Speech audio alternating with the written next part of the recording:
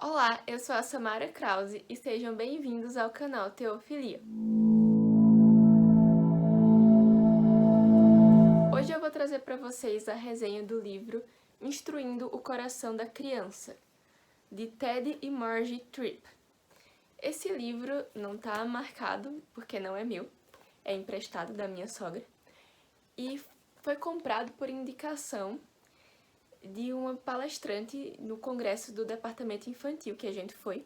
Uma palestrante excelente que deu dicas muito boas de como trabalhar com as crianças e adolescentes, dicas bem práticas e também orientações teóricas que foram excelentes.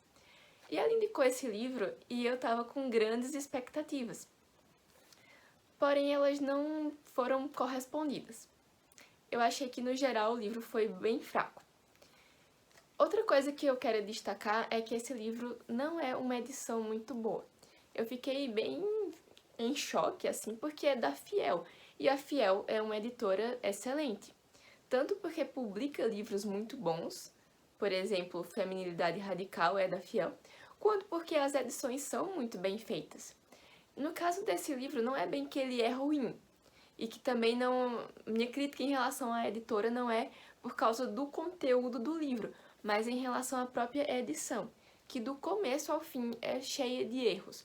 Palavras que estão coladas ou que estão separadas da forma errada, faltando letras e coisas bem estranhas, o que foi bem fora do curso normal da editora.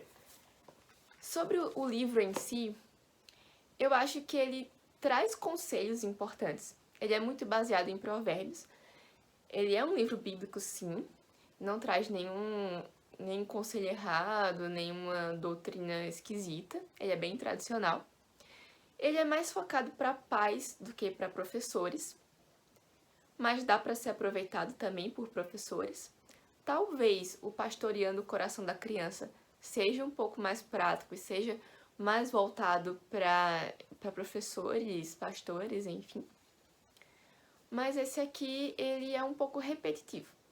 O autor traz, por exemplo, alguns diálogos que deveriam acontecer com as crianças, que são diálogos bem artificiais. Assim, ninguém conversa daquela forma com a criança não vai responder daquele jeito. É uma coisa bem estranha. E muito repetitiva também, então ele pega uma situação e faz 3 tipos de diálogos diferentes, mas eu achei tudo bem estranho, esses diálogos imaginados em relação às situações. Ele ressalta muito sobre a importância de culto doméstico, por exemplo. Eu considero que isso é, sim, bem importante. Sobre ensinar tudo para a criança, tendo como perspectiva o reino de Deus. Então isso também é algo relevante que às vezes a gente perde de vista, porque a Bíblia diz que tudo que a gente faz tem que ser feito como que feito para Deus. Mas com coisas ordinárias, a gente perde isso de vista. Então a gente pensa que tomar café da manhã ou levar os filhos para o parque não é para Deus, mas é também. Outra coisa que eu achei interessante é que ele diz que os pais têm que se colocar como pecadores, tem que mostrar isso para os filhos, para caminhar junto com eles. Isso é importante porque se você é sempre agressivo com seu filho, sempre autoritário, se você não oferece compreensão, o mundo vai oferecer essa compreensão. Só que o mundo vai dar respostas que são erradas. E você tá ali para corrigir, dizer que o seu filho está fazendo é errado, mas dizer que você também já esteve nesse lugar, que você ainda é pecador, que perante Deus você está na mesma situação que o seu filho perante você. Então você não tira a autoridade, você se coloca como autoridade ainda, mas coloca Deus em primeiro lugar e mostra que você tá ali para ensinar e não para julgar. Você corrige porque você ama. Então, isso é importante e os pais e também professores, claro, têm que ter isso em vista ao lidar com a criança. Hoje em dia tem muito livro de autoajuda, muito programa de TV, e série, música, que querem oferecer respostas especialmente para o público adolescente. Então, o mundo vai acolher e vai dar respostas, sim. Então, você tem que, especialmente na infância, criar um vínculo com o seu filho e se mostrar como uma pessoa compreensiva, responsável e que sabe guiar pelo caminho certo, porque você tem conhecimento da Bíblia. E é outro ponto que o autor ressalta, a autora também, né? Foi o casal que escreveu. Ressalta que você tem que ter conhecimento daquilo que você está falando. Então, você tem que, primeiro, ter o conhecimento para dar o exemplo aos seus filhos de como é importante ter esse relacionamento com Deus. E segundo, para quando precisar corrigir ou aconselhar, você ter um conhecimento firme e verdadeiro, algo que não é baseado na sua opinião, mas é baseado na verdade bíblica. Os autores falam muito sobre instrução formativa. Eles falam sempre que você deve pensar não em mudar o comportamento imediato da criança, mas mudar o coração da criança. No caso, mudar seria a palavra errada. Moldar seria a palavra mais apropriada. Você tem que tentar moldar o coração da criança. Então, quando a criança faz algo errado, você deve disciplinar ela sim, mas com mansidão. Você deve explicar o porquê daquilo tá errado e você deve tentar mostrar para ela que ela deve pensar em Deus, nos ensinamentos de Deus, porque o que ela está fazendo é para Deus. Então, conversar, por exemplo, você sabia que Jesus está triste com o que você fez? Porque a Bíblia nos diz que a gente deve honrar pai e mãe, por exemplo. Então, tem que ter sempre essa perspectiva, sempre mostrar para as crianças também que elas devem honrar a Deus, devem ter a perspectiva da glória de Deus, que inclusive foi uma coisa que me lembrou muito John Piper.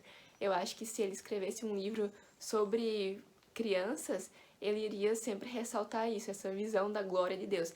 É uma coisa que eu acho muito bonita no Piper. Eu li um texto dele, que é A Essência da Verdadeira Feminilidade, e ele sempre foca muito isso, de que a essência da feminilidade é a glória de Deus. Então, tudo que a gente faz é para a glória de Deus. A gente tem que ter essa perspectiva para sempre fazer o nosso melhor. Outra coisa que ele fala, e que é interessante para quem trabalha com crianças, seja na escola ou na igreja, é sobre diferenciar bem as histórias que são fictícias das histórias bíblicas. Porque muitas vezes a gente tem a tendência de contar histórias. Vamos pegar o exemplo da história de Jonas com a baleia, ou com o peixe, enfim. A gente tem a tendência de focar muito nesses aspectos grandiosos, que tem imagens que vão interessar as crianças, e a gente esquece de explicar o fundamento daquilo. Esquece de falar, por exemplo, das evidências históricas ou das evidências científicas de determinada história, sei lá, a história da criação, a história de José. Tem tanta coisa e o que a gente tá falando é verdade. A gente tem que mostrar para elas que não é uma historinha igual a historinha que ela vai ouvir na escola sobre Chapeuzinho Vermelho, por exemplo. Porque dependendo da forma que a gente narrar, elas vão fazer essa associação. Então, quando chega na adolescência, fica difícil de distinguir o que é real ou não. Então, a gente tem que já ter essa perspectiva apologética, digamos, de já desde cedo ir instruindo as crianças sobre por que acreditar na Bíblia, por que essa história é verdadeira, o que é que a gente tem a nosso favor de extra-bíblico para ressaltar a importância da Bíblia. A principal crítica que eu tenho ao livro, fora a edição ter sido muito ruim, é que não tem nenhum conselho prático. Ele tenta ser um livro prático, tem até uns diagramas, uns desenhos, não sei se eu vou achar aqui. Mas eu acho que não foi útil, porque aqui está explicando conceitos e não dando exemplos de ações, a não ser os diálogos, mas os diálogos eu acho que não foram muito instrutivos. Então, recomendo bastante passagem bíblica, que é interessante de ler e que vão dar esse direcionamento, mas é um direcionamento que a gente está encontrando na própria Bíblia, né? Eu esperava que fosse exemplos de ações, de coisas mais práticas feitas por eles, que são um pastor, a mulher, se eu não me engano, ela é professora, ou os dois são professores, ele é professor também.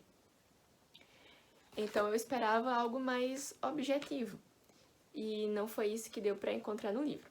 E outra coisa é que é muito repetitivo.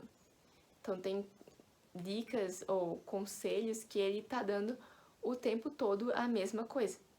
apenas com uma abordagem diferente, mas se torna muito, muito cansativo.